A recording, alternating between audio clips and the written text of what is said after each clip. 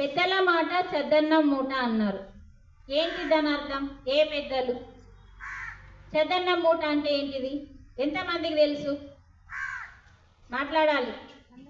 పెద్దల మాట చెద్దన్నం మూట అంటే ఏంటిది? ఏ పెద్దలు? మన ఇంట్లో ఉండే 60-70 సంవత్సరాల పెద్దలేనా, ఇంకేమన్నా ఉన్నాయా? అంతేనా? ఆగండి, మీరు మాట్లాడదు, ఇక్కడ పల్లికొండ వాళ్ళే మాట్లాడాలి. అంతే అని మీరు అనుకుంటున్నారు, కానీ తప్పని నేను అంటున్నాను. పెద్దల మాట చెద్దన్న మూట అంటే మనం తినే సద్ది కాదండి, మన ఇంట్లో ఉండే 60-70 ఏళ్ళ ముసలోళ్ళు కాదండి. పెద్దలు అంటే యోగులు, మునులు, ఋషులు, బ్రహ్మర్షి పితామహ పత్రిజీ లాంటి వారు, జగద్గురు కృష్ణుని లాంటి వాళ్ళు, జ్ఞానంలో పండిన వాళ్ళు పెద్దలు, ఎంటికెళ్ళు వండిన వాళ్ళు కాదు. ఇది అసలు సత్యం, మనం తెలుసుకోవాల్సిన. అందుకే ఒక్కొక్క శాస్త్రంలో సామెతలు అంటాం. ఇవన్నీ చాలా సామెతలు ఉన్నాయండి.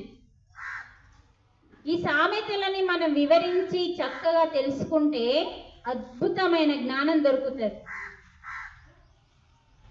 ఎవరైతే ఆత్మ జ్ఞానాన్ని బోధించి ప్రపంచానికి అందజేస్తారో వాళ్ళే పెద్దలు. ఆ పెద్దల మాట చద్దన్నం.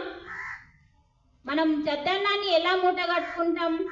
బయట పడకుండా సేఫ్టీగా ఎలా మూట కట్టుకుంటామో వాళ్ళ మాటల్ని మూట కట్టుకోవాల. ఒక సద్దిలాగా మన హృదయంలో మూట కట్టాలి, పేలికలో కాదు. మనం పొలాలకు వెళ్తే ఒక పేలికలో మనం అన్నాన్ని మూట కడతాం, కానీ ఇలాంటి పెద్దలు చెప్పిన మాటలని మన హృదయంలో మూట కట్టుకోవాలి. రైటా రాంగా? ఏమన్నా తప్పనిపిస్తుందా ఇక్కడ మాట? అన్నలు చెప్పండి, ఎంత అర్థం ఉందో చూడండి.